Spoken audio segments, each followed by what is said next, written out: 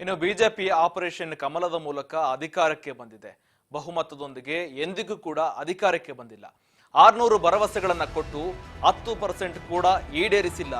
ಸಾಲ ಮನ್ನಾ ಮಾಡೋಕೆ ಹಣ ಪ್ರಿಂಟ್ ಮಾಡಲ್ಲ ಅಂತ ಬಿಎಸ್ವೈ ಹಿಂದೆ ಹೇಳಿದ್ರು. ಆ ವಿಚಾರಕ್ಕೆ ಸಂಬಂಧಪಟ್ಟಂತೆ ಪ್ರಸ್ತಾಪನೆ ಮಾಡಿದ್ದಾರೆ. ಬಹುಮತದೊಂದಿಗೆ ಎಂದೂ ಕೂಡ ಬಿಜೆಪಿ ಅಧಿಕಾರಕ್ಕೆ ಬಂದಿಲ್ಲ. 600 ಭರವಸೆಗಳನ್ನ ಕೊಟ್ಟು ಅದರಲ್ಲಿ 10% ಕೂಡ ಈಡೇರಿಕೆ ಮಾಡಿಲ್ಲ. ಸಾಲ ಮನ್ನಾ ಮಾಡೋಕೆ ಹಣ ಪ್ರಿಂಟ್ ಮಾಡಲ್ಲ ಅಂತ ಬಿಎಸ್ವೈ ಹೇಳಿದ್ರು ಈ ಹಿಂದೆ. ಆ ಹೇಳಿಕೆಯನ್ನ ಮತ್ತೆ ಸದನದಲ್ಲಿ ಹೇಳ್ತಾ ಇದ್ದಾರೆ. ಉತ್ತರ ಕೊಡುವಾಗ ಕ್ರಿಯಾಲೋಪ ಬರಲ್ಲ ಸಭಾಪತಿ ಹೇಳಿದ್ದಾರೆ. ಈಗ ಸಿಎಂ ಬಾಯಿಗೆ ಬಂದದ್ದು ಮಾತನಾಡಬಹುದಾ ಅಂತ ಸಿಟಿ ರವಿ ಹೇಳಿಕೆ ಕೊಟ್ಟಿದ್ದಾರೆ. ಸದನವನ್ನ ದಿಕ್ಕು ತಪ್ಪಿಸುವ ಕೆಲಸ ಸಿಎಂ ಮಾಡ್ತಾ ಇದ್ದಾರೆ ಅಂತ ಹೇಳಿಕೆ ಕೊಟ್ಟಿದ್ದಾರೆ. ಸಿಎಂ ಮಾತಿಗೆ ವಿಪಕ್ಷದಿಂದ ತೀವ್ರವಾಗಿ ಆಕ್ಷೇಪ ಕೇಳಿ ಬರ್ತಾ ಇದೆ.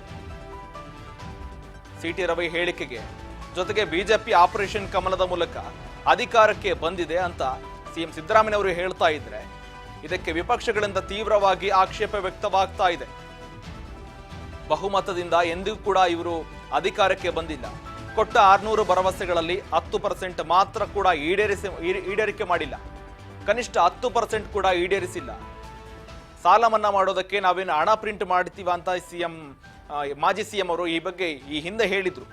ಆ ವಿಚಾರವನ್ನ ಮತ್ತೆ ಸದನದಲ್ಲಿ ಪ್ರಸ್ತಾಪಿಸಿ ಗದ್ದಲಕ್ಕೆ ಕಾರಣವಾಗಿದೆ. ವಿರೋಧ ಪಕ್ಷದವರು ಕೂಡ ಜೊತೆಗೆ ಸಿಟಿ ರವಿ ಕೂಡ ಧ್ವನಿಗೂಡಿಸಿ ಆಕ್ಷೇಪವನ್ನ ವ್ಯಕ್ತಪಡಿಸ್ತಾ ಇದ್ದಾರೆ. ಪರಿಷತ್ನಲ್ಲಿ ಸಾಲ ಮನ್ನಾ ಮಾಡೋಕೆ ನಾವೇನು ಹಣ ಪ್ರಿಂಟ್ ಮಾಡಬೇಕಾ ಅಂತ ಕೂಡ ಈ ಬಗ್ಗೆ ಈ ಹಿಂದೆ ಬಿಎಸ್ವೈ ಅವರು ಹೇಳಿಕೆ ಕೊಟ್ಟಿದ್ರು. ಯಡಿಯೂರಪ್ಪನವರು ಆ ವಿಚಾರವನ್ನ ಸದನದಲ್ಲಿ ಮತ್ತೆ ಕೆದಕಿದ್ದಾರೆ. ಜೊತೆಗೆ ಸಿಟಿ ರವಿ ಕೂಡ ದಾರಿ ತಪ್ಪಿಸುವ ಕೆಲಸ ಮಾಡ್ತಾ ಇದ್ದಾರೆ ಸಿಎಂ ಸಿದ್ದರಾಮಯ್ಯನವರು ಅಂತ ಕೂಡ ಹೇಳಿಕೆ ಕೊಟ್ಟಿದ್ದಾರೆ.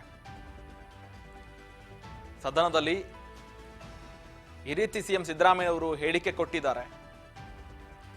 ರಾಜ್ಯಪಾಲರ ವಿಚಾರಕ್ಕೆ ಸಂಬಂಧಪಟ್ಟಂತೆ, ರಾಜ್ಯಪಾಲರ ಭಾಷಣದ ಮೇಲಿನ ಚರ್ಚೆಗೆ ವಿಚಾರ ಸಂಬಂಧಪಟ್ಟಂತೆ ರಾಜ್ಯಪಾಲರು ಸರ್ಕಾರ ಬರೆದುಕೊಟ್ಟಿದ್ದ ಎಲ್ಲ ಅಂಶಗಳನ್ನ ಹೋದಲ್ಲ ಅಂತ ಕೂಡ ಹೇಳಿಕೆ ಕೊಟ್ಟಿದ್ರು.